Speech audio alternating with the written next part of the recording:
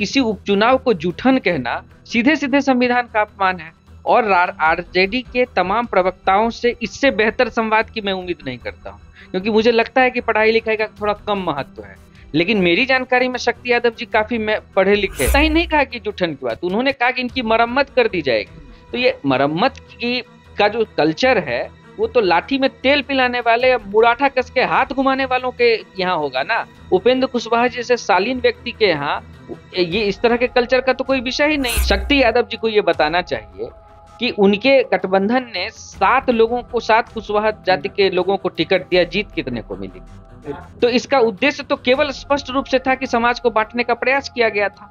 आज तक कुशवाहा समाज के साथ जो दुर्व्यवहार होता रहा राज्य के कार्यकर्ताओं के द्वारा, उसका हिसाब किताब कौन देगा? जिस राजनीतिक दल में यादव का मतलब चारा परिवार और उसके सदस्य हों और बाकी शेष सदस्य उस चारा परिवार की चाटुकारिता करने वाले बनाए जाएं, वैसे राजनीतिक दल के किसी विषय को मैं किसी तरह से सीरियस नहीं लेता। सारण के चुनाव के समय देख सकते हैं किस तरह से उनके ही कार्यकर्ता की हत्या हुई और उस कार्यकर्ता के खून पर, लाश पर उन्होंने राजनीति की।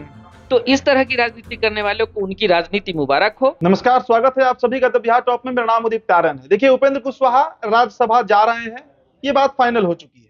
बीजेपी ने उन्हें इनाम दिया है, ये एनडीए के लोग दावा कर रहे हैं, लेकिन विपक्ष कह रही है कि उनको विवेक ठाकुर का जूठन दिया गया है। ये शक्ति सिंह यादव का ऑफिशियल बयान है, उन्होंने एक इंटरव्यू में ये बातें कही है।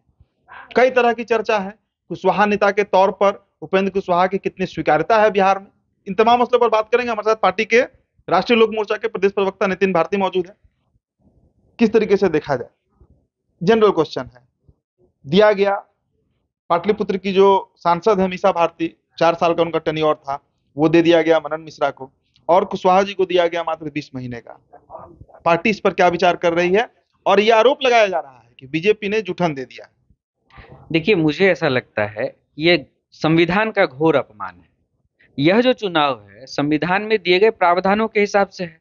जब कोई उपचुनाव होता है तो उसकी क्या स्थिति होती है? जब कोई वर्तमान सांसद किसी वजह से त्याग पत्र देता है, तब वो जो सीट है वो रिक्त होती है। और संविधान ने ये प्रावधान किया है कि बचे हुए टेन्योर के लिए ही उपचुनाव होता है। तो किसी उपचुनाव को जूठन कहना सीधे सीधे संविधान का अपमान है और आरजेडी के तमाम प्रवक्ताओं से इससे बेहतर संवाद की मैं उम्मीद नहीं करता हूं, क्योंकि मुझे लगता है कि पढ़ाई लिखाई का थोड़ा कम महत्व है। लेकिन मेरी जानकारी में शक्ति यादव जी काफी पढ़े लिखे हैं, काफी जानकार व्यक्ति, उनके मुंह से और उनको पढ़ने का शौक भी है। ऐसी क्या परिस्थिति है कि आरजेडी में रहने वाले हर यादव जाति के नेता को इसी तरह का बयान देना पड़ता है, पढ़े लिखे होने के बावजूद भी? और उनकी किस्मत कितनी खराब है।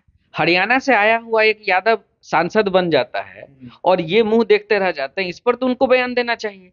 आदरणीय उपेंद्र कुशवाहा जी के ऊपर इस तरह का जो अभद्र बयानबाजी की गई है, और क्या क्या कहा है उन्होंने। केवल इतना ही नहीं कहा कि जूठन की बात, उन्होंने कहा कि इनकी मरम्मत कर दी जाएगी।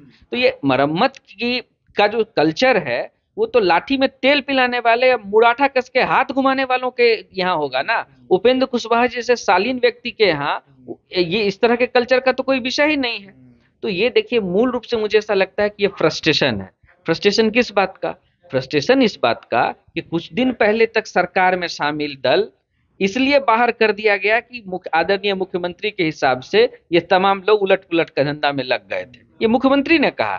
तो अब सरकार से बाहर हो गए और उपचुनाव में एकल विधि से चुनाव हो रहा है, तो दोनों ही पद सत्ता में जो है उसके पक्ष में जाएगा। तो आरजेडी को मिला शून्य। अब ये शून्य की शिकायत है उनकी, तो उसमें उस उपेंद्र कुशवाहा की क्या गलती है? और मैं एक बात और कहना चाहता हूँ, आरजेडी की कुशवाहा समाज के प्रति कितनी गड़बड़ मानसिकता है, ये इस बात का भी प्रमाण है जब पूरे प्रदेश ने एक स्वर में कह दिया है कि उपेंद्र कुशवाहा सर्वमान्य नेता हैं, उसके बाद इस तरह का उनका अपमान सीधे के सीधे पूरे कुशवाहा समाज का अपमान। यही सवाल है मेरा। आरजेडी कुशवाहा वोट के लिए 7 प्रत्याशियों को इस बार महागठबंधन से, इंडिया गठबंधन से टिकट दिया गया।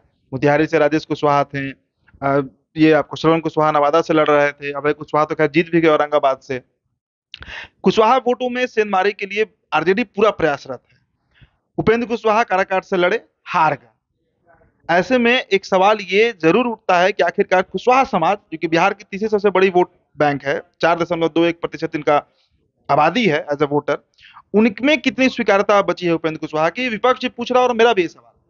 देखिए, कई चीजें जो है ना, उसका सांकेतिक भाषाओं का भी अध्ययन करना चाहिए, न केवल पत्रकार हो। आप तो बहुत पढ़ने लिखने वाले पत्रकार हैं और काफी गंभीरता से चीजों को रखते हैं, समझते हैं, विश्लेषण करते हैं। मैं केवल ये कहता हूं कि इस बार का जो लोकसभा चुनाव है, वो इस प्रदेश की राजनीतिक व्यवस्था और नेताओं की स्थिति, नेताओं की स्वीकार्यता, इन सब के संबंध में एक बड़ा बड़ा संदेश दिया गया है। अब जो लोग इस संदेश को पढ़ने की क्षमता रखते हैं, वो कभी इस तरह का बयान नहीं देते। शक्ति यादव जी को ये बताना चाहिए कि उनके गठबंधन ने 7 लोगों को, 7 कुशवाहा जाति के लोगों को टिकट दिया, जीत कितने को मिली? तो इसका उद्देश्य तो केवल स्पष्ट रूप से था कि समाज को बांटने का प्रयास किया गया था। आज तक कुशवाहा समाज के साथ जो दुर्व्यवहार होता रहा राजद के कार्यकर्ताओं के द्वारा, उसका हिसाब किताब कौन देगा? और दूसरी बात, मैं केवल इतना कहना चाहता हूं कि दूसरे किसी बड़े नेता के ऊपर अनाप शनाप बयानबाजी से कहीं बेहतर है अपने दल में खुद की स्थिति का असेसमेंट करना।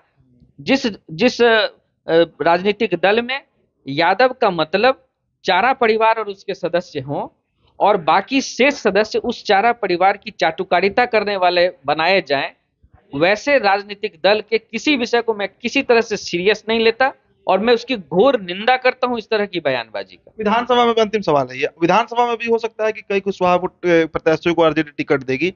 समाज में एक मैसेज तो जाएगा ना कि कुशवाहा के लिए अब आरजेडी भी खड़ी हो रही है। देखिए, इस बार बहुत स्पष्ट रूप से एक बात सामने आ चुकी है। अब तमाम 30 सीटों पर भारतीय जनता पार्टी और गठबंधन की जीत हुई है, क्या उसमें कुशवाहा समाज का मत नहीं है? लोग इस बात का भ्रम पैदा करते हैं और जो भी परिस्थितियां अंतिम चरण में हुई हैं, जिसकी वजह से परिणाम परिवर्तित हुए, उसके विषय में सबने अपने अपने स्तर से विश्लेषण कर दिया है और उसके आधार पर आगे की राजनीति लोग तय कर रहे हैं। चिढ़ इस बात की है कि उपेंद्र कुशवाहा का सम्मान इस चुनाव परिणाम के बाद 10 गुना और बढ़ गया है और इसका कारण अच्छी तरह आरजेडी समझ रही है और उनके प्रपंच को एक तरह से ठोकर लगी है।